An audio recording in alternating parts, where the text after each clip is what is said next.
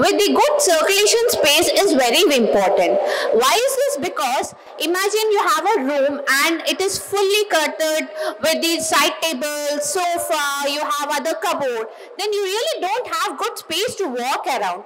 It might affect your small kids, like if they're running around, they might get hurt. So that's the reason you have to leave good amount of space, like you can leave 2 feet or minimum 1.5 feet to 3 feet max distance between your furniture items. Like if you have a side table and a bed and then cupboard, have a distance of at least 2 feet or 3 feet so that you can easily open your doors, keep your clothes or your stuff and work accordingly. So that's the reason the main principle is that you have to design your interiors in a minimalistic way. You can do it in a very grand way also, but just make sure that it is not cluttered and it has good amount of circulation space for people to move around. Coming to the water conservation, here you have simple 3 techniques. The first technique is that you have to identify your leaky taps. See, if you have any leaky taps, try to address them at the earliest, because leaky taps are the taps which will cause lots of water consumption.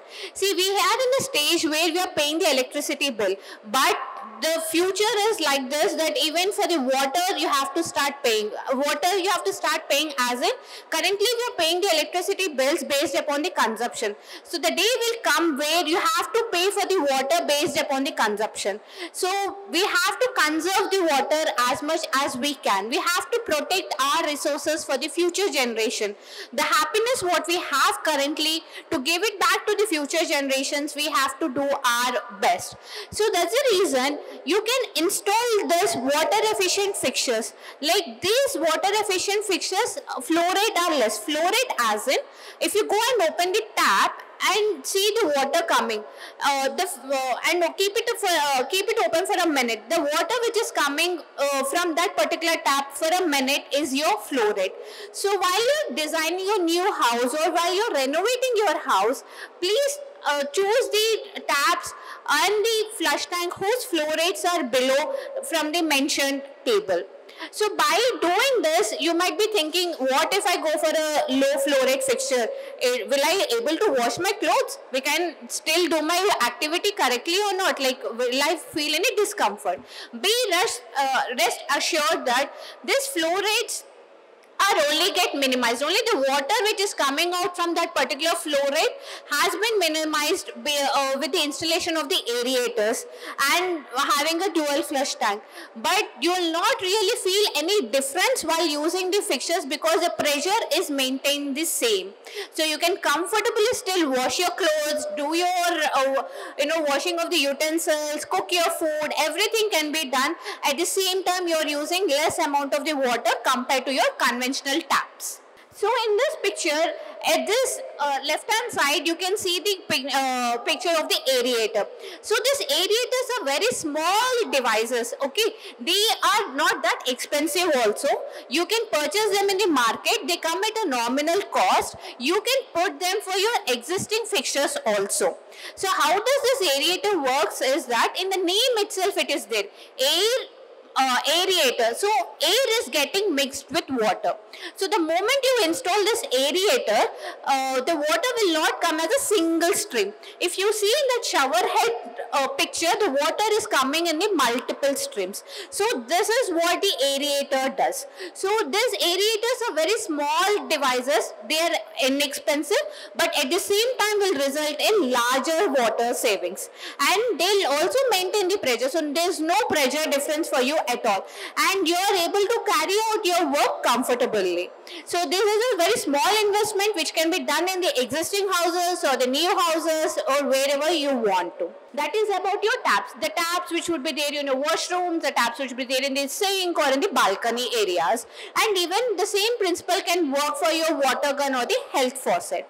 Now coming to the flush tank, the water closet you have. right? See, usually you might have seen a flush tank with a single flush.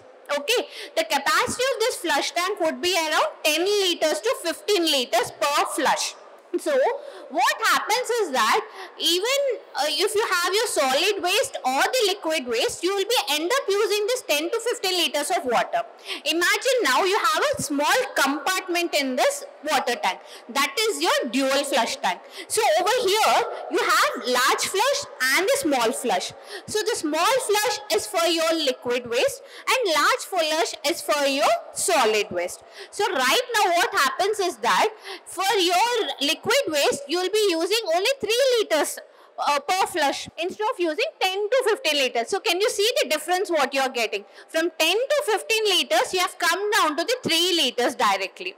Now coming to the solid flush. So instead of again using 10 to 15 liters of water for your solid flush, you are just using 6 liters per flush.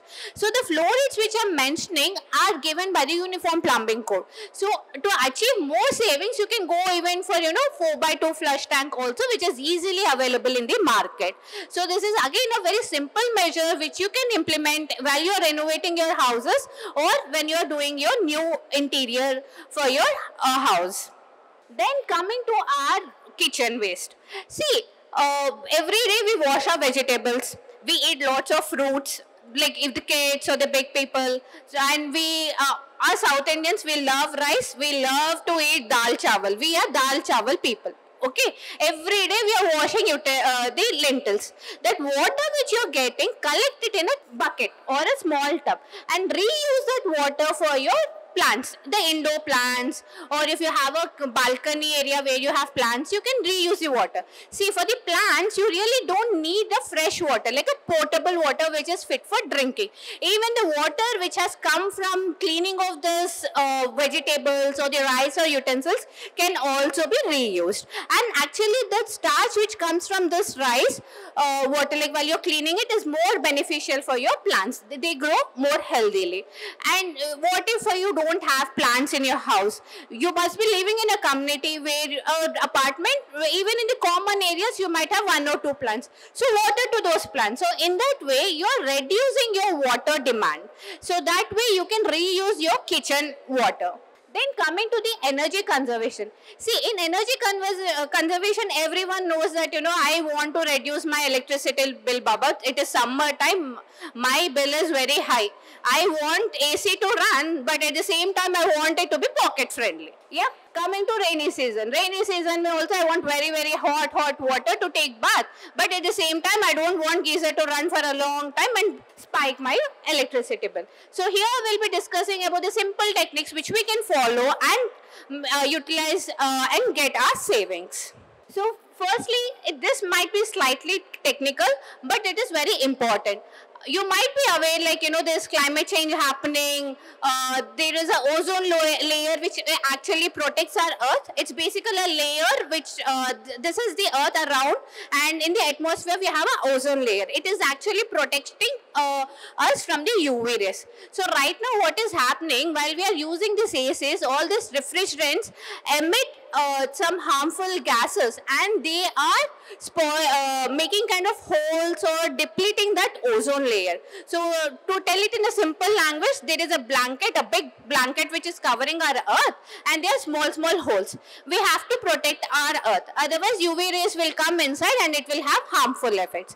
So okay, you use your ACs, there is no bad in that, but while you are purchasing your ACs, see that you are using the refrigerant which is free from CFC, that is chlorofluorocarbon. So this is a list of the refrigerants which we can use in your ACs. And how can I find it? Okay, I went to a shop and I want to buy a eco-friendly or a AC which is CFC free. So just go and see the side of your AC unit, the indoor unit. So if you can see over there on the sticker, it is written as R410A. So it matches with my list and I am good to go. I can purchase this AC. So mostly all your indoor units or the outdoor units will have the sticker. So just by seeing that sticker, you can make sure what refrigerant you have. If it is not mentioned, you can ask your vendor to let you know the details. They will let you know. Then coming to our most favorite energy efficient appliances, the geysers, the ACs, washing machines, dishwashers, everything. So whatever you're purchasing, make sure that you're going for minimum BE 3-star rated appliances. Why minimum BE 3-star rated is that if they have this rating, the BE is an organization which has certified them, and they have made sure that they will be using less energy compared to others. So usually BE star rating is from 1 to 5-star rating. As per IGBC, we recommend at least 3 so that you can see the savings. Instead of going for 1, minimum 3 would be better.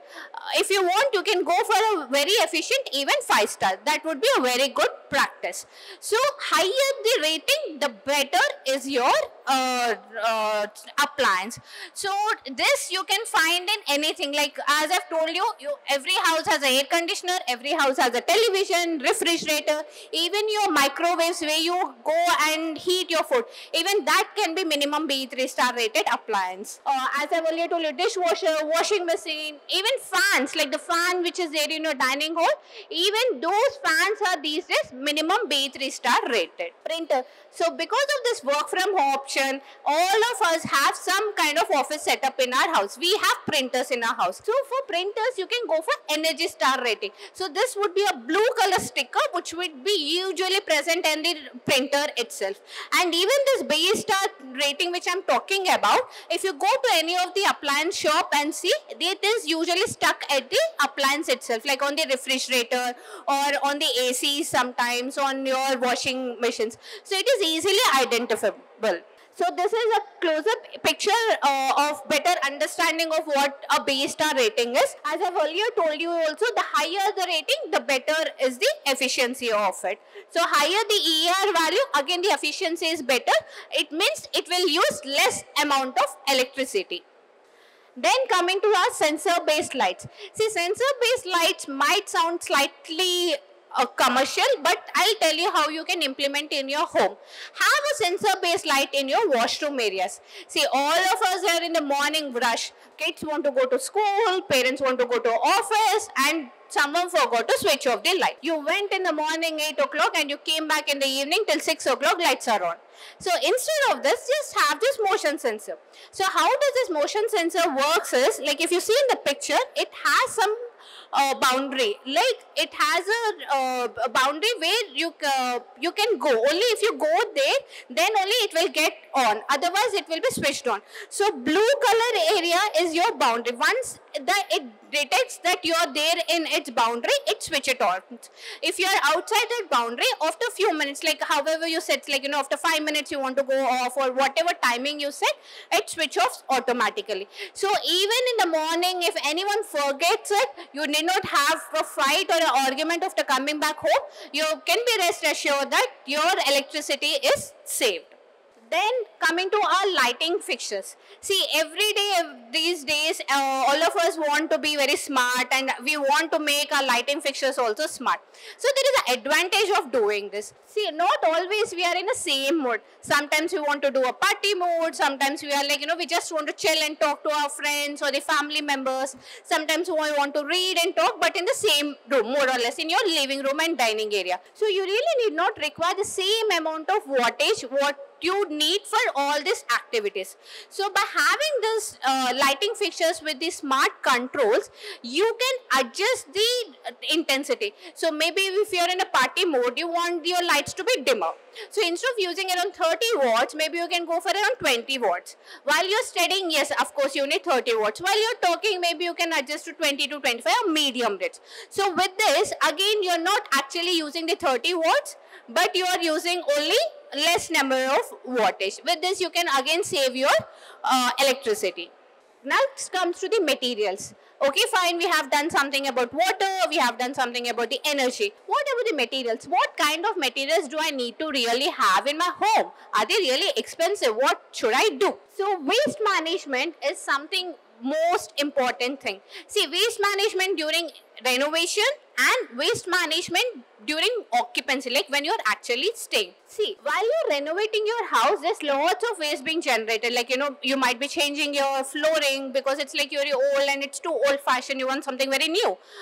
Then you want your fall ceiling to be changed or something like that. So all these broken tiles, your gypsum boards, all this is a waste. When you collect it in the same thing, like you're not really segregating it, you're collecting the whole waste and you're just giving to the person. He'll take it to the dump yard and he'll throw it. So there's no value coming out of it. Actually, the tiles could have been used as a China mosaic tiles. The gypsum which would have come maybe could have reused in somewhere else. The GI panels, they could have again upcycled or recycled. So all this materials, the construction waste which is coming out, it has good value, like a recyclable value if it is properly segregated. So while you're doing your renovations, segregate your waste, like segregate whatever wood waste you're getting, what your tiles your waste getting, and give it to the respective recycle vendors. They will take it forward from their end. Now coming to the post occupancy. See, in post occupancy also, now imagine you have indoor plants or a kitchen garden or small plant areas. For that you need manure. Plants need some strength, especially during their flowering season, they need manure. You can generate your own manure. Every day you eat fruits, every day you eat vegetables. So whatever the peels you get, vegetable peels or the fruit peels, you collect it and compost it. And composting is also very simple, which I'll be showing in the next slide as well. And other dry waste, like your chocolate chips, your the chocolate vapors or your biscuit vapors, all this can also be collected, like the lace packets, like the chips packets, all this kind of plastic waste, the packaging boxes, the Amazon boxes, everything can be collected and given to your respective recycle vendors. These guys are easily available. You have to just scout around. If you walk and see, you will find one person who is definitely purchasing this from you. So it is not really a big tax. And one more thing is that these days we order food a lot online. Okay, so we get it in all these boxes. Like if you do Swiggy or Zomato, the box you get a packed food. So while you're disposing this packed food also, just wash it, like put a drop of the dishwashing liquid and shake it, and that oil grease will go away, and then dry it and give it to the recycle vendor, because if it is still sticky and if it has food content, it becomes a hazardous waste. People can't recycle if their food waste and the recyclable waste is there. It will definitely go to landfill. If you want to make your waste to be recycled, you have to segregate. Segregation is very important, and especially when the food contamination is there, try to clean it as much as you can before you can segregate it. And then definitely your sanitary waste and the sanitary waste, as in all the sanitary napkins and the diapers, they should be also not be mixed with your food waste or the other waste, because imagine a person working in a landfill, it would be very hard for them to segregate the waste. It will also give lots of health complications for them. So being as a responsible citizen, if we can segregate the waste and then give it to respective recycle vendors, we can see a better future. This will also reduce the burden on our virgin materials. And we are also generating lots of e-waste which you can collect yearly once, like you can make a group of friends and collect all your old cell phones or the laptops and give it to the respective recycle vendor. So as I'm telling you about the composting, see, this is a very simple technique. As you can see in the photograph, this is not gonna spoil your aesthetic at all. It is made of terracotta. You can get it in any design and the shape you want, which is available in the market. It will easily blend in your balcony areas or wherever you have this garden space. So it is kind of a Khamba system. It can come in 3 bins or 2 bins. Again, it depends upon the size of the family, like your 4 members family and all that. Accordingly, you can choose this. So in this, what happens is that first, if the A bin gets filled, it goes down, and then B comes, and like that it happens in this cycle. So what you have to do in this key, all your vegetable and the salad waste, the fruit peels, that peels what you're getting from your kitchen, collect it and keep it in the bin. After that, put some remix powder which will help the microbes to generate, and it will break down into this beautiful black gold, which is manure. This cycle happens in 45 days, and you have to cover that with a newspaper, and you can stack it every day. So once your bin is full, it will go down and B bin will take the A bin's place. So every day while you're filling your waste, you have to just take a scraper and you have to mix it well, so that that microbes are working in a good condition and it won't become also smelly. Be rest assured, like I'm also using in my home, so this is not actually which get flies or anything. You can actually convert your waste into the black gold, that is the manure, and use it for your own plants and for your own balcony, for your own indoor plants. Now coming to the local materials. Yes, I agree, everyone fancies to have a Italian marble or something very highly expensive and imported from the outside. But see, it also comes with a cost of the transport emissions which we are doing. To get it from another country, imagine how much emissions we are generating through the transportation. And that's the reason, if you can go for the materials which are locally available, like within 500-kilometer radius, believe me, India is rich of culture. You go to any city, any state, everyone has their uniqueness. They have different types of materials, and back in abroad, people want our items. So it is good for us to promote our own culture, our own economy. So try to purchase your materials which are within the 500-kilometer radius and use it in your interior spaces. And while you're choosing your materials also, try to see that you are also choosing the materials which have the recycled content. Again, I'm sure eyebrows will be raised, you're worried, if I go for a material which have a recycled content, it will perform well. Will it have good strength? Yes, of course. The technology has evolved so much that even the materials which have the recycled content will perform the same way any conventional material would do. In fact, if you see the steel also, if you see the composition, it will have some amount of the recycled content in it. So while you're purchasing your material, see that the material is having some kind of a recycled content. You can ask the manufacturer to tell the composition and he'll be able to help you out. If you think that this process is very tedious, I have a solution for you for that as well. So you can go for Green Pro products. So this Green Pro products are there under all the categories. Like you want to go for tiles, you have Green Pro certified tiles, you have Green Pro certified false ceiling, even you have Green Pro certified dining tables, like under your furniture items, you have sanitary ware. So this Green Pro is again a certifying body which certifies all the green products. It's not only certifying on terms of the recycled content, but also about the process. How well it was managed over there, how was the waste management done, what kind of working conditions that particular factory had, so on and so forth. So if you see this Green Pro logo on the any of your material, you can be rest assured that yes, it is a green product and it is not harming the environment as much. And that is also a sample certificate which you can ask again the vendor to give. Usually, so these are the brands which are certified under the Green Pro. So if you can see, even the paints like Asian paints, Nippon paints, or Berger paints, all these are also Green Pro certified. I'm sure the Nippon people are looking at me right now because these guys are also Green Pro certified paints which are very good for your indoor environment. Then you also have the laminates, like if you're doing any woodwork, you can go for Green Pro certified plywood like Century Ply or Vishaka board, or you can go for the green laminates as well. Yeah, so you can go for the glass like Sengo paints, again which is Green Pro certified Kacharia tiles and so on and so forth. So coming to the salvage materials or the reclaimed materials, this is something a very tricky thing, I agree. But if you are able to do it, it is very helpful. So the definition of the salvage material goes in this way. Yeah, the salvage material was a material was designed for a specific purpose. It lived its life. Now it was supposed to go to landfill. So instead of going to landfill, you are reusing it for some other purpose. So to simplify this, I'll give a small example. Okay, everyone has a favorite t-shirt. Okay, we'll wear it for good amount of time. One fine day, mom will come and decide that this is my dusting cloth. So it was supposed to be worn as a t-shirt, which actually became your dusting cloth.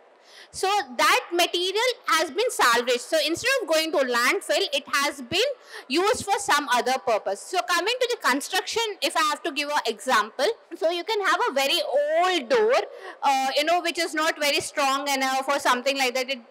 It's not functioning well.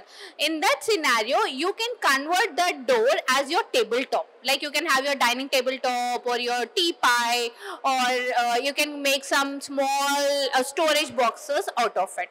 Or if you have a glass door or something was slightly broken, so that unbroken part, again you can take it, again you can make it as a tabletop, or you can use it for some other purpose. So basically it was intended to, it was designed for some other purpose, but it is doing it other way.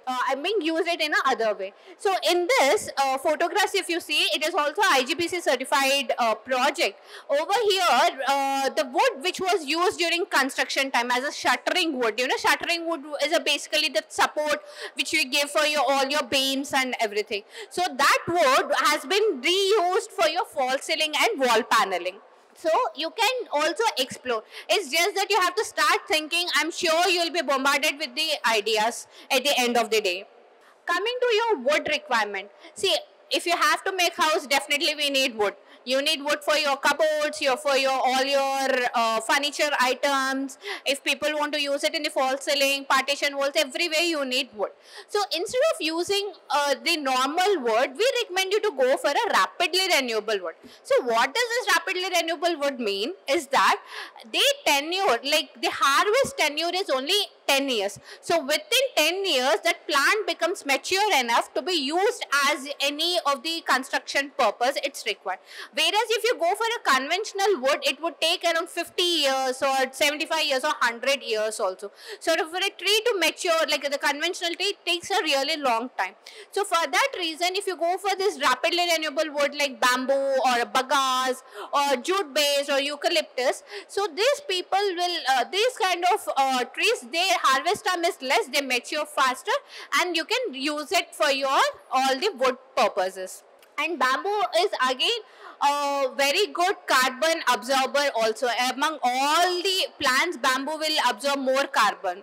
So, or you can also use MDF board or the composite wood, particle board or agri-based wood also for your wood requirements. So coming to our housekeeping products, see, while there is something called as VOC levels, volatile organic components, which I'll be discussing with you in the later stage also. So you might have experienced this. You have gone for a vacation, closed your doors for a long duration of time, and you came back, you opened. You feel some kind of stuffiness, there's some kind of smell in the place. That is because of the presence of this VOC. So while you're doing the construction, while you're doing your paintings, like while you're using all the adhesive, we recommend you to go for low VOC or non-toxic non-toxic paints and adhesives.